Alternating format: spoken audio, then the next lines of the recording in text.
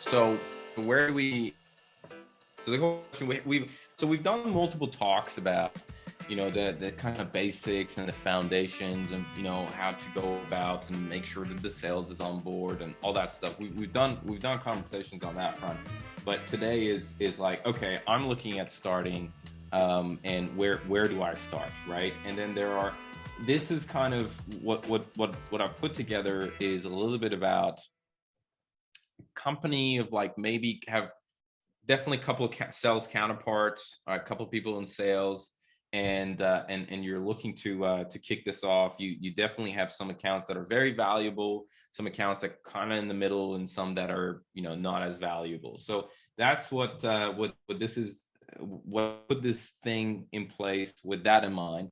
But it applies to a wide range of companies, and try to make it as general across all our, with the experience of all the work that we've done with all our clients, from like $100 billion Zoom all the way to a 50-person or 30-person company down here in Melbourne, right? So it's a mishmash of all of that together.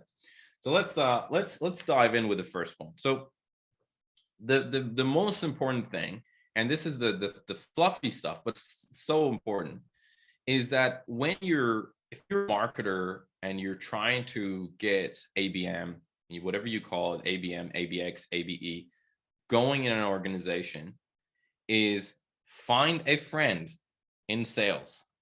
Find somebody in the sales department who you can partner with. And one person is enough. They got to be eager enough. You got to kind of get a good feel that you can work with them.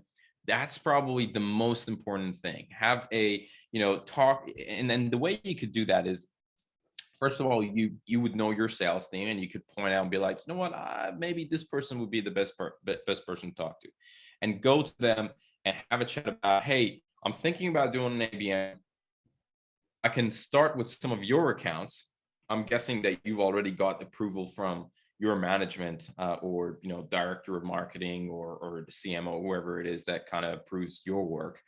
You kind of go to that salesperson, and usually an account executive, usually they would have a X number of accounts that they would have to target. Depending on company, that could be quarterly, that could be yearly, that they would be targeting these accounts, or it could be even a shorter period of time.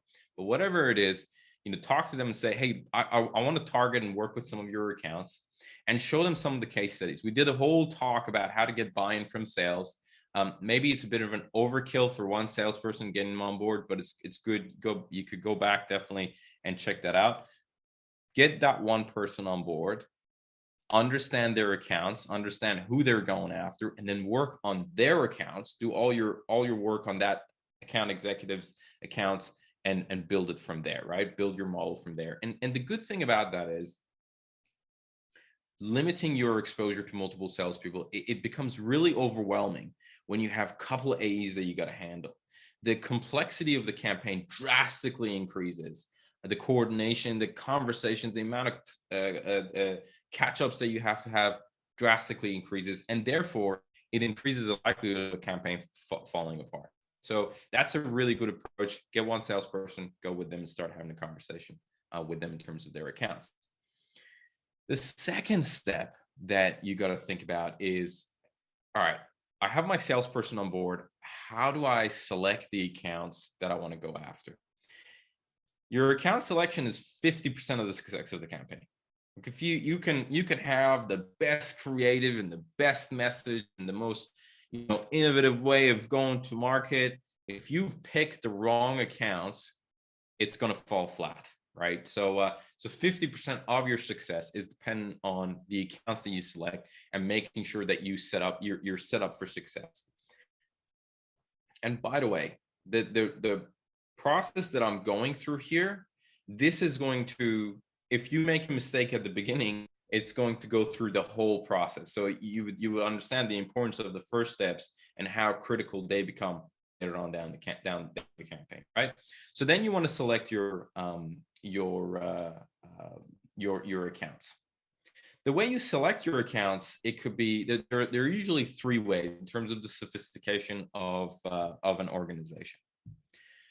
Number one, the first way to go about selecting an account is you would basically ask your salesperson, hey, what are your top 10 accounts? Tell me that. And just work on those top 10 accounts. That's number one. That's the least sophisticated way. Still a good way to go about it. Be wary though. Sales team tend to come and say, give you the accounts that they have not been able to get into. They're extremely hard to get into, and it's their wish list. That's not the best way to go about it, right? So be mindful of that and communicate that with your sales team. Sometimes what we say to our clients is that, hey, give us your tier 2 accounts. Don't give us your dream accounts for at least for the first campaign. Give us the tier 2 accounts that, they're still good accounts, but they're not Combank and NAB and AGL and all these big organizations that are really hard to get into. So that's the first way that you could pick your accounts. The second way that you can pick your accounts is to create a prioritization matrix. So this is a little bit more advanced. You have to have a better understanding of what makes a good account. And the prioritization matrix is that you would come and build it out.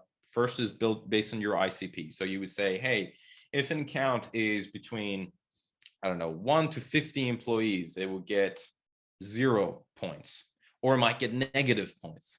If it's between 50 and 200, it will get this many points. If it's between this and this, it gets this many points. And then you map out the criteria that are important for your organization. These could be anything from, hey, if they have someone new joining their organization, I'm targeting CIOs. They have a new CIO, that gets 5 points, and it comes up. The industry is important. Do we have case studies in there? Those are some of the standard ones, but there could be very specific ones for your organization as well that makes an account good and makes an account bad. The recency, how engaged have they been engaging with some of our content? What is the scope of that content? You might have a freemium component. Are they a freemium customer? So you could bring all of that into your prioritization matrix. That makes it a little bit more sophisticated and foolproof when you and objective when you're selecting those accounts. So the salesperson would give you those accounts, you take them through, and then you have a better list of accounts. Probably the most sophisticated method, and this is probably 5% of organizations are at this point, is that you would use predictive tools. So these are tools that would go and analyze your existing customer and database. And then based on the AI and the algorithm that they build based on your customers, they would layer firmographic and technographic and so on and so forth, that kind of information on top of your customer base. And they would say, all right, cool. We understand these are the best customers that have or these are the best companies that have become customers. Here's a list of other companies that you can target. As I said, you need a very large database, you need expensive tools, but that's probably the ultimate area of account selection. But step number 2 is account selection. Now, by the way, if there's anybody who you have any questions, make sure to where do we drop that, Alex? Yeah, you can put it in the chat. Drop them right there. Drop them in the chat, and we can cover it as well. So here's one thing that also depends. So people are like, how many accounts do I select? Do I select 5 accounts? Do I select 20 accounts? Do I select 100 accounts? It depends. It really depends. And I know that's the worst answer that anybody can give when it comes to these things, but it really depends on the maturity of your organization. If you are a startup, don't go with the purest definition of ABM, which is, we're going to only target 5 accounts. Very risky to do that. You're putting your eggs into one basket, and it could fail, and that could mean failure for the organization as well. So increase the size of your accounts, but be very mindful that don't go. A lot of ABM vendors talk about, yes, you could target 1,000 accounts with targeted ads. Targeted ads is not ABM. It's just a channel that you can put your message out, right? So don't go in the 1,000 space. Maybe pick 50 accounts, 60 accounts, 100 accounts. If you're a smaller organization that you try and do ABM. But where we don't go and we're working, when we don't go beyond 150 accounts for a campaign, unless we're just showing them ads. We're just serving them ads. We don't go beyond that. So work that out with your organization. If you're very mature, you could definitely go and you have very strategic accounts. You could work in that range of, we have ran campaigns against just one account. You could have those extremes. You can have the other end of it as well. JP, so if step 2 was account selection, what was step 1? Step 1 was picking your sales partner. That's step 1.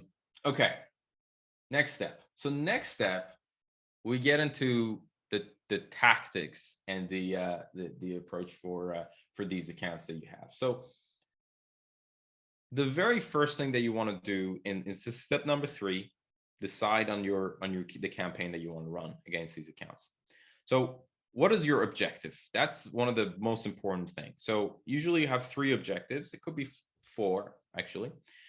Are you looking at net new acquisition? So these are accounts that have never dealt with you before, or maybe dealt with you in the past and they're kind of dormant, that you haven't worked with them anymore.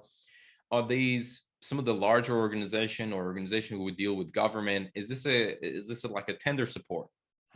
Tenders could go for 9 months, and as an organization, you want to put yourself in the best image in front of that government agency that you're so marketing or an ABM campaign, bid support or pipeline acceleration. Those are 2 names that are used in there. Or you're looking at account expansion. So you have an account that is spending $50,000. It's a $50,000 annual recurring revenue, and you say, you know what, this could be a $500,000 account, and we're going to work on that and increase that. Or it could be a larger $200,000. It could be a $5 million account. So that's an account expansion strategy. Now, those are the 3 objectives that you can work on. The third one is probably partnership. So you can run ABM campaigns against an organization that you want to partner up with as well. So that's also a possibility. Those are the objectives usually that you see. Then you come and say, all right, by the way, everybody asks me, what are different tactics for different objectives? The tactics are the same.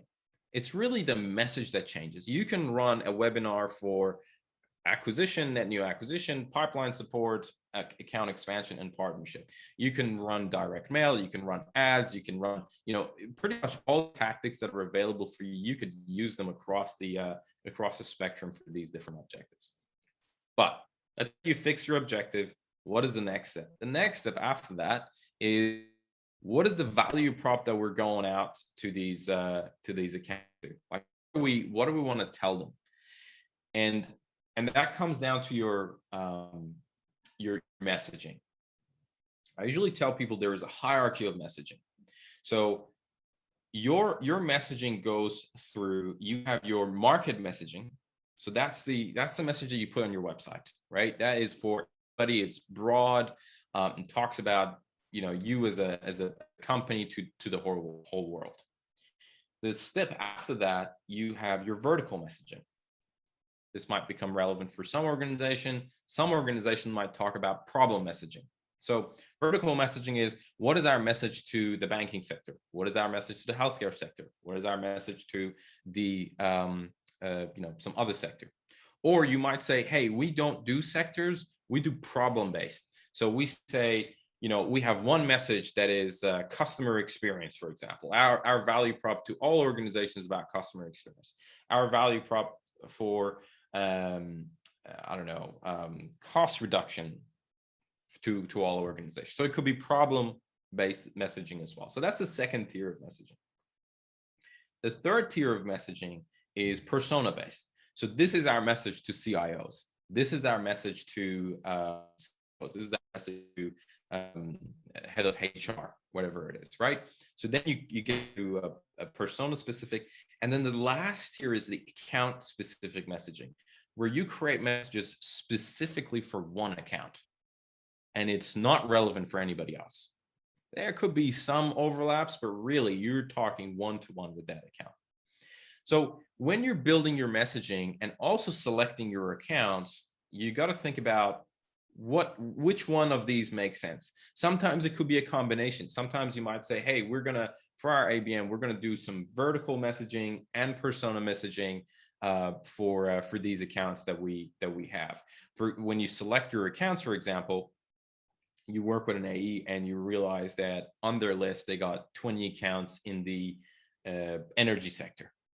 So that's a great place to say, all right, what I'm going to do is I'm going to take that 20 accounts and create messaging for them, because now your budget for messaging scales. And the really tricky part is when you have a couple accounts that you would need to create very different messages for. That blows up your cost, right? Immediately things are going to blow out of the water. So really great to find ways that you could batch accounts together when you're running your ABM. Again, unless you say this is a very special account, we're going to give them a lot of love. Okay. So once you go through that, as I said, the next step in terms of the tactics and all that is to figure out what your messaging is and how you're going to batch those messages so that your resources go further. So that's on when you're thinking about messaging, that's where you gotta focus on. Any questions on the messaging stuff? Does that make sense? Yeah, just write your questions in there, and then we'll get to that. So once you have your message, that's where you start talking about tactics. Okay, we know what we're going to tell to these people. Usually it's good to build a messaging hierarchy of what for whatever type of messaging that you're doing, that hey, for ads we're going to say this, for landing page it's going to say this. But then you get to your tactics and the channels that you're going to leverage. And you got to make a call of what are some of the tactics that you're going to pull in to get this message in front of the right decision maker. Tactics include ads, right? Everybody loves ads. It includes email. It includes calls. It includes direct mail. It includes dedicated landing pages. It includes I'm blanking right now, but all the tricks that you can leverage. The good way to think about it is a tactic is a way that you put that message in front of a decision maker. And by the way we look at it is your SDR team, if you have a sales development team, or maybe you call them BDR, business development reps, or market development reps, whatever you call them, you could look at them as a channel as well. They're going to make some calls. They're going to send some emails. They are also a vehicle for putting the message in front of the decision maker. So you now have to think about, all right, how do I bring all of these together to make sure my message makes sense, but these accounts are being targeted from all these different channels. And what I would also say is it's very important to have a multi-channel approach, so that you are you don't just leverage email. Okay, really, you can't call that account-based marketing. Don't just leverage phone. Put all of these together. LinkedIn is another platform that you could do so many different things on LinkedIn as a tactic. It's ads, messages, videos, feed posts that you can get engagement from, and so on and so forth. So those again are tactics. Webinars, and the list of tactics goes on. I'm sure everybody over here is pretty familiar with them. But your job becomes really important of how do I bring all of these together, for example, in the next 6 months, so that these accounts get a very consistent message through multiple different channels, and most likely multiple different people in that organization will get that message, right? So that's the next step. And once you put that together, it's very important to create a very clear cadence of what is going to happen, when are these things going to happen. Then it's execution.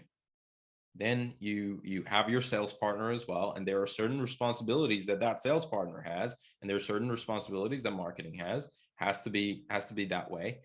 And you start the execution. So it could be actually one thing that I did miss it's really important to also have a warm-up phase. So a lot of organizations would go and straight with ABM start with outbound. They're like, all right, I've built my list, I've built the contacts in there and who we're going after. SDR, start hammering them. What's really useful is also to create a warm-up process where this could be through webinars, this could be simply through ads, just running ads for 2 months against a certain account so that they become familiar with the brand, you're front of mind. They maybe know who you are. The objective is not to get MQLs here, right? The objective is not for them to fill forms for you. The objective is for them to just be familiar so that when the actual campaign starts, you have a higher likelihood of penetrating those accounts, right? So warm up is really important, and then you start executing your campaign. As I said, a campaign could go for 3 months. It could go for 12 months. I know IBM ran a 3-year campaign against a big bank, right? So it could be very long as well. But you map that out and you start execution. That's 3. Number 4 is reporting. So I've said this many times, when you start to scale your demand gen KPIs into ABM, it falls apart and it doesn't work. Your MQL model doesn't work for ABM. So you have to start defining success differently for ABM. You have to get a lot closer to because keep in mind, you have sales on board. You should start thinking about number of meetings booked. You should start thinking about, again, it can be very bespoke for organizations. You could start looking at, we were getting invites to tenders, 5 per quarter last time. That has our invites have increased by 30%, and we got, whatever 30% of 5 is, 7.5 invites, 8 invites to tenders, right? So that's another measure that you could take into consideration. But you got to change your metrics. Change your metrics and know that you're going outbound and you're targeting these individuals, number of meetings that you're having per account. If it's an existing customer, are you doing anything to increase NPS? Are you increasing the number of people who know about your organization in that target account? We talked about number of meetings. There's a bunch of different criteria that you got to think about, but move away from, never mention leads. If somebody comes to me and says, oh, we're looking at running an ABM campaign and we're trying to generate some leads, I'm like, all right, we've got to do an educational session. That's not how it's going to work. The leads is you pretty much get rid of the term leads when you're looking at an ABM model. So go further up market, make sure you have leading indicators and lagging indicators. So lagging indicator is revenue, but revenue could be 9 months out. You don't want to go through 9 months and realize that you haven't you weren't on the right track. So make sure you have leading indicators.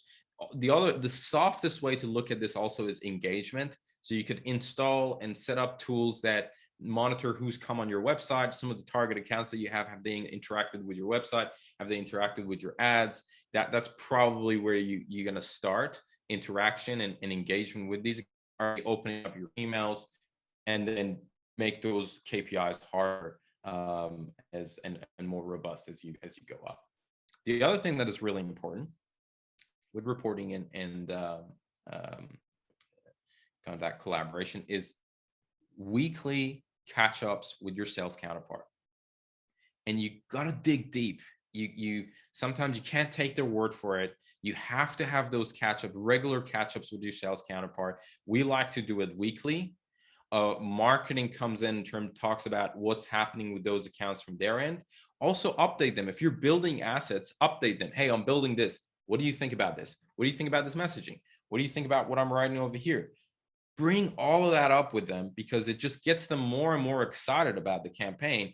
And later on, when it is their time and there are certain responsibilities from their side that they need to put in, they become a lot more invested, and they would put a lot more effort in it. So share with them as much as possible. But once also the campaign is live, have those regular 30 minutes a week catch up. Hey, here's what I'm seeing. Here's our engagement data. This account is engaging more than this other account. I found this out. Do you think this is important? And also get their input of what they're doing. Some of their responsibilities might be outreach.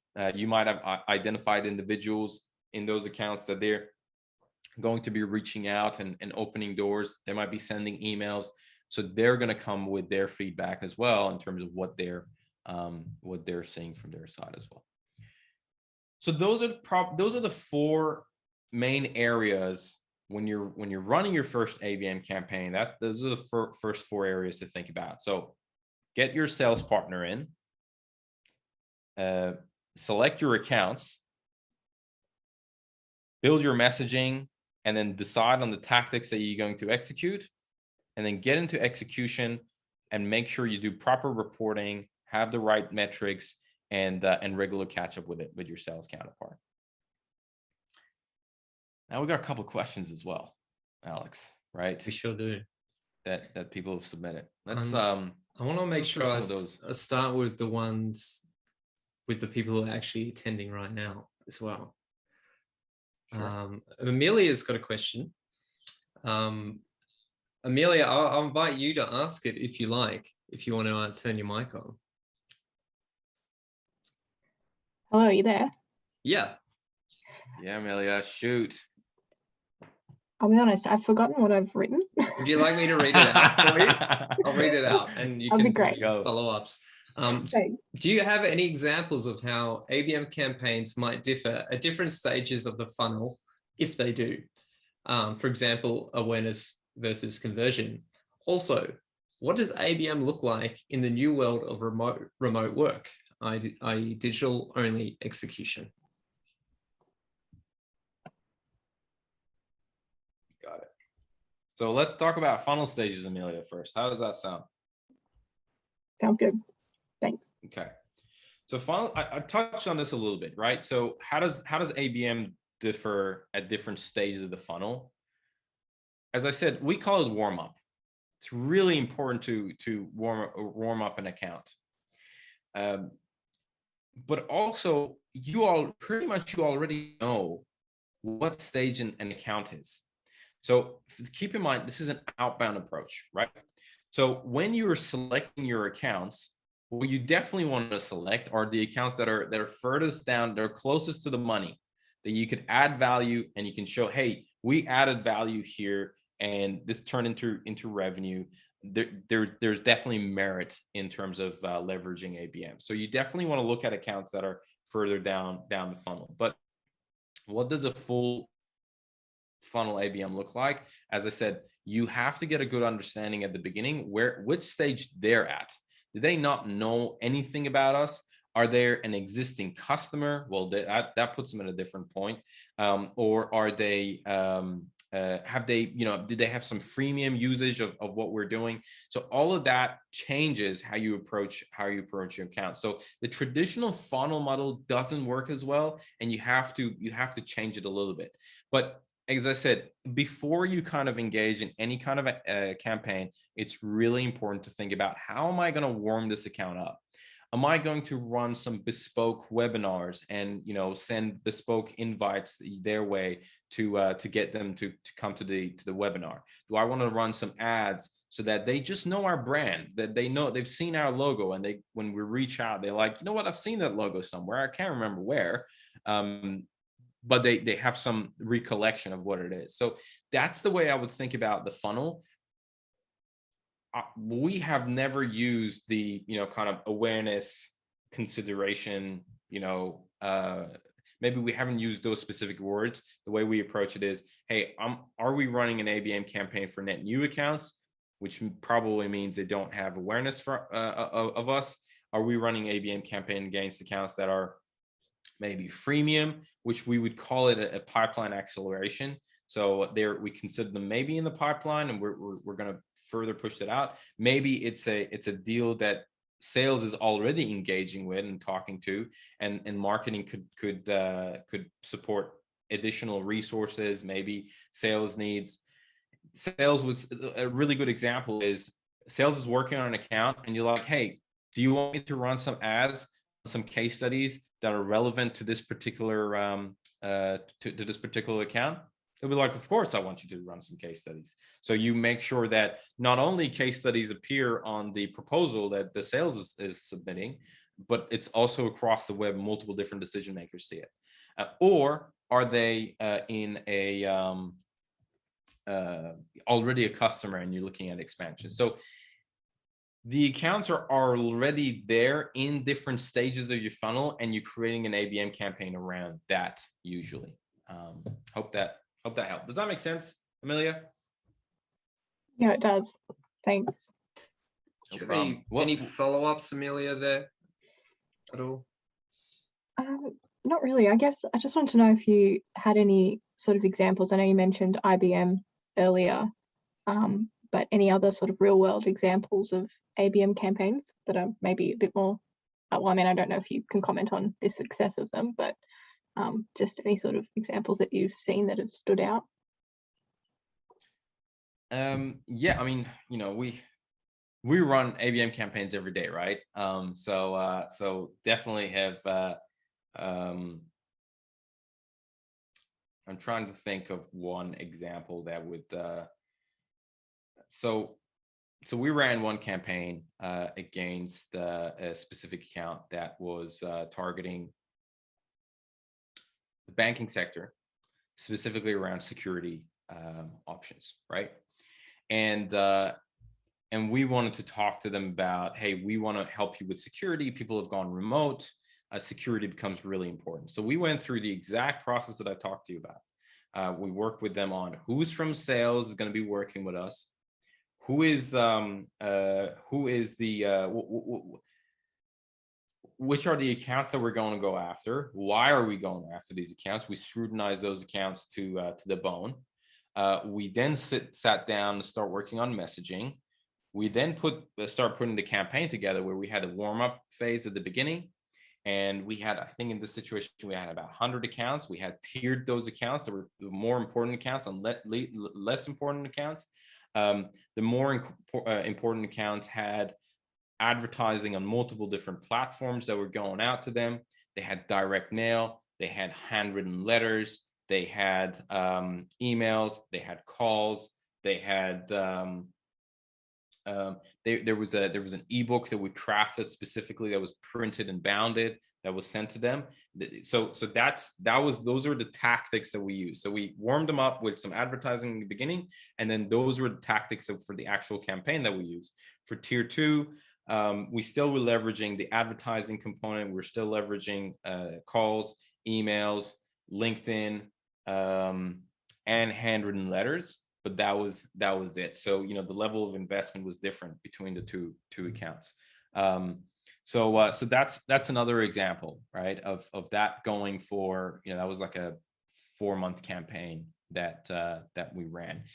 The tricky part is, how do you connect all of these together? And what do you see for success rate? That particular account, that particular campaign that we ran, we had a 26% meeting booked. So out of the 100 accounts that we ran, we booked 26 meetings out of that 100, right? Which is, if you're doing email, I think email's reply rate is like 10%, and then meeting booked out of email is like it's like 1% or 0 point something percent. So you kind of see the difference of when you go in multi-threaded, multi-channel, very bespoke, very personalized. That number went up. Out of 100 accounts, went up to 26. So that's another example, Amelia, of a campaign that we've run. So thanks for that question, Amelia. Let's keep moving. I want to ask Jean-Paul's question now, and JP. I hope you don't mind. I want to read it out just because you phrased it in such a great way, but please feel free to add to it as well.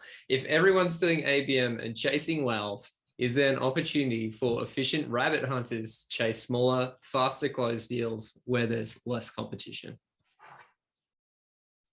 I love it. I love it. JP, you want to add anything to that?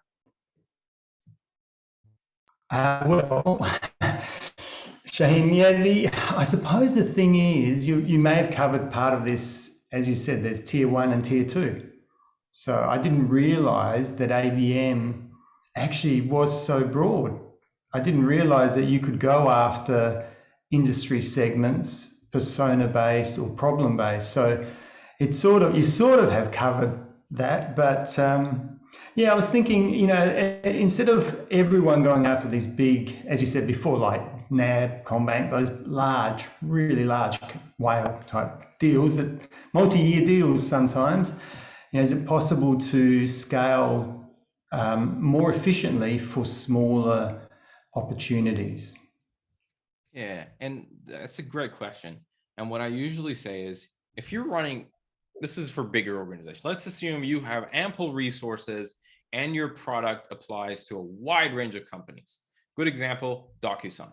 Okay, so a small organization can buy DocuSign, a 5-man band, or 5-woman band, and a Combank can buy DocuSign as well. So when you run ABM, first of all, it does not mean that you have one go-to-market strategy and that's just ABM. So organizations would have multiple different go-to-market strategies that they would be implementing. So there will be a go-to-market strategy for smaller organizations of, again, depending on your company, 1 to 10 individuals in a company. There will be there could be another strategy for companies that are 10 to 200 seat organizations, and every company would have different names for these. It could be SMB, it could be majors, enterprise, mid-market, right? And they would have different strategies for different types of organizations. So now ABM could cover some of those. ABM can cover your enterprise accounts, which are 10,000 plus seat companies. You could have a different ABM strategy for organizations that are in the kind of majors space, which is probably about 1,000 or 2,000 to 10,000 employees. You could have a different strategy for mid-market organizations that are between 200 and 1,000 seat organizations. I would say it's really hard to go below that with ABM, but what you see going below that is demand gen, right? And this is where kind of demand gen and ABM emerge or overlap, where is that mid-market space. But really below that is demand gen dominates that space. Now, I gave employee seats as an example here. That could be those metrics of how you define where different organizations fall for you differs for different companies, right? For someone, number of seats matters. For somebody, the industry matters. For somebody, number of particular users in a certain department matters. Yada yada yada. But what I'm trying to say is, does not mean that you would have one go-to-market strategy and only one approach to the market. Good question. One thing, would it be based on the customer lifetime value? So is there sort of like a baseline? And let's say that, that would it be 10K? Would it be 50K? Would it be 100K? Yeah. So customer lifetime value is another metric that organizations would categorize when they're looking at different companies. And they usually, what happens is from there, they extrapolate and they would put a company, hey, if they're 10,000 and above, that means that the lifetime value of this customer for us is this. Therefore, we're going to put them in that category. But yeah, you were right. In a purest fashion, okay, of ABM, and this is so subjective, so I want you to take this with a grain of salt, but in a purest definition of ABM, when an LTV of an organization is around the mil mark and above, that goes into one-to-one. When it's around 200, maybe even 150,000 to a mil mark, it goes to that mid-tier of ABM, which some people call it scale ABM, light ABM, one to few, those are different names that you would hear for it. If it's between kind of 30, 40,000 and that 100, 150,000, it goes to the programmatic phase, and you allocate those accounts there. This is very subjective when I'm saying this, okay? It really depends. But if you want to get a very purest definition of ABM and somebody's like, this is not $1 million deal and I'm not going to put it in one-to-one, that's how they would approach it. Those are some of the numbers to give you a little bit of reference. I've dropped in one of our past talks as well, Jean-Paul. What's the right type of ABM for your organization, where we talk about tiering. I think we talk a bit more on LTV as well in that. So might be a great one to listen back to. Now, what else do we got, Alex? Let's tackle Ellen's question, because Ellen's here, Ellen Richards, and Ellen, if you want to ask this question yourself, feel free, or can add a follow-up. Maybe read the question and then Ellen, please clarify. Yeah. Ellen's interested to know, from a SaaS perspective, the best approach to ABM.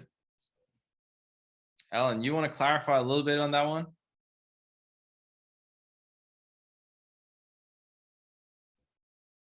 I think Ellen might have left the room. Left the building. All right, from SaaS perspective, we could definitely touch on that a little bit as well. It really doesn't change. It's the same approach. Like if you're selling services or a SaaS product, doesn't necessarily change anything.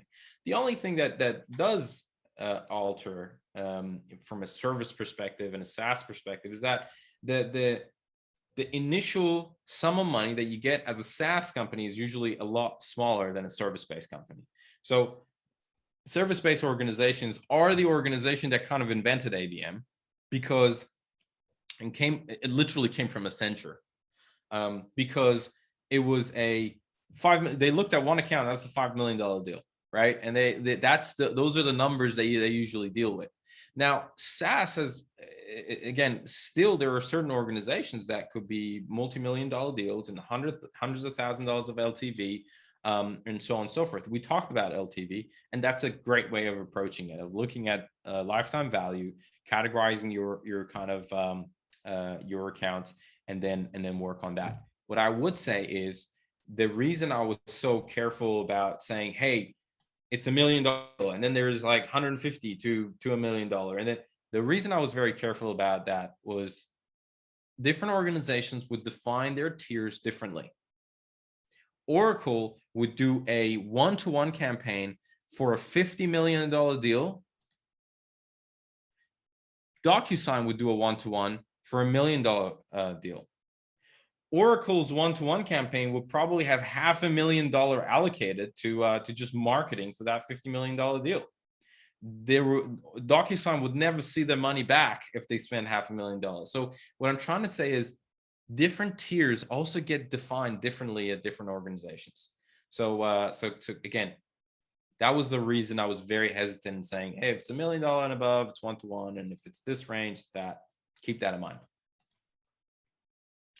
Sounds good. Well, what else do we got? We do one more question? Yeah, we've got a question from Paula, and I know Paula's here. And I think we've actually done a previous session on this one as well. So I'll drop the link in here for you, Paula, for our session, 5 things you need before you start ABM. But Paula has asked, what do you need to be ready to implement ABM as a strategy? I don't know if you want to clarify anything that Paula let us know. Hey, you want to add to that, Paula?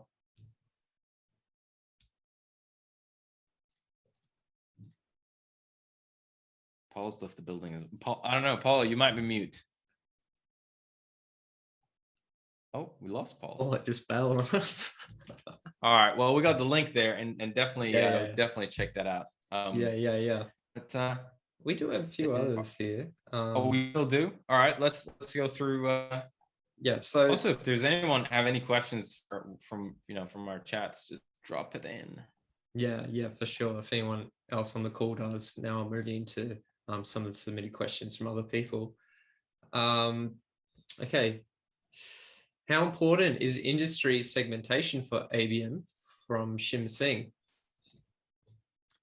Cool. Yeah, industry segmentation is important. And when I say this to people, people are like, "Oh, that's just vertical marketing," and we've been doing that for a long time.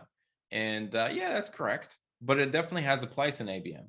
And if you if it makes sense to kind of break down your messaging per vertical, as I said, what your messaging could be is could be vertical or problem focused. If it makes sense for it to be vertical, do vertical. And you might do prioritization against that vertical and say, hey, these are 20 accounts that are in this vertical that are really important for us. And you start focusing on those 20 accounts. That's completely fine. But when it's not ABM is when you say the banking sector is a vertical for us, or the financial services is a vertical for us, and we have this 500 accounts there. Well, that's not ABM. That you're going to probably run some demand gen strategies on that. But it becomes ABM and a vertical focus when you're saying financial services is a vertical for us, and here are 20, 30, 50, 100 accounts maximum they're really important for us, and we want to focus on quite heavily. 100 is a heavy load, by the way, but it could be done. But that would be the ABM approach to vertical marketing. Nice. And actually, I think we have already covered the other 3 questions that were submitted. So sounds good. I don't know. Does anyone else have anything they'd like to ask, or any comments that they'd like to add in or add to, or what's your experience been in ABM? Actually, I do have a question here, Shaheen, come to think of it. So once you've finished, no, it's actually a different one. So once you've done your pilot campaign, right, what should you take away from that and move on to the next part? Yeah, good. That's a good point. So you want to do whatever you can to set your pilot campaign for success, because in most organizations, ABM is new, and you have to convince management that, hey, this thing actually works. So you do want to set that up for success as much as possible. But what tends to happen is, let's say you've picked one salesperson and you work with that salesperson, you start getting success. What happens is other salespeople and more skeptical sales individuals in the organization start to notice. And that's a great way to start expanding it and be like, okay, now we can run some ABM campaigns for your accounts. And now we can run some ABM campaigns for other people. And so that's one direction that it can go. So you start working with more accounts. Then you start to also develop an ABM team where they start to focus on key accounts for your organization. So you would have maybe 20 accounts at any given time that it's under the company's ABM radar. These are the most valuable accounts for your organization. You're going to give them a lot of love. Again, this becomes more and more critical in organizations that are larger, but you would build that, hey, these are 20 accounts. They're very important accounts. We're going to give them a lot of love. We see a lot of expansion opportunity here. We also have products that we can offer these organizations, and that could be a year-long, sometimes 3 years, longer period of time to kind of convert these into larger customers. So those are a couple of ways that you can go, where you expand into other sales with other sales individuals. Now you can also build a case study to bring more team members on board, make your ABM campaigns more sophisticated, and grow it that way. Or you could build that kind of center of excellence for very dedicated accounts that you want to target and go after, and have an ongoing strategy for those. These could be, you would be running webinars bespoke for them. You would have one calendar for your overall usual stuff. You would have one calendar for these that will be very bespoke for these 20 accounts, so on and so forth. So that's how you expand your ABM campaign. One of the things that I would say is, I think it was Hitachi, that what they did was they ran a couple of ABM pilot projects. They got a lot of success. And then they turned to the sales department and they said, if you want ABM campaigns, you pay for it, we run it. And that was that the money didn't come from the marketing budget anymore. Sales became very involved and they became very critical in terms of which accounts would go in there. But marketing basically said, hey, now you know this works. Now we're going to be in the driver's seat, and you know, you have to fund. If you want an ABM campaign, you have to fund it, which is an amazing place to be as a marketer. Awesome. Well, we've only got a few minutes left. Has anyone got any final words? Any final points they want us to cover? Cara, we gotta get Dudley in. Cara has this awesome parrot. Awesome parrot. I love it. Awesome parrot. I got a dog underneath me right now. Where is she? What are you doing? So anything else before we wrap up, guys? Any other questions? Anything that that we should cover? Well, thank you so much, everyone, for joining us this morning. It's been an absolute pleasure to have you on the call. Yeah, we look forward to seeing you at the next one. If you might get a feedback form sent from Luma after this. And if you have any thoughts on other topics that you like us to cover, give us feedback. Yeah, please just reply back to that. It just goes straight to my inbox, because we'd love to know, you know, some other topics around ABM that you'd like to learn about more in depth. Yeah.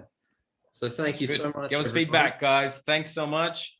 Have a great enjoy. If you're in Melbourne, go outside. Awesome weather. And otherwise, we'll see you later. Catch you next time, everyone. See everybody. Thanks, guys. Thanks so much. Bye now.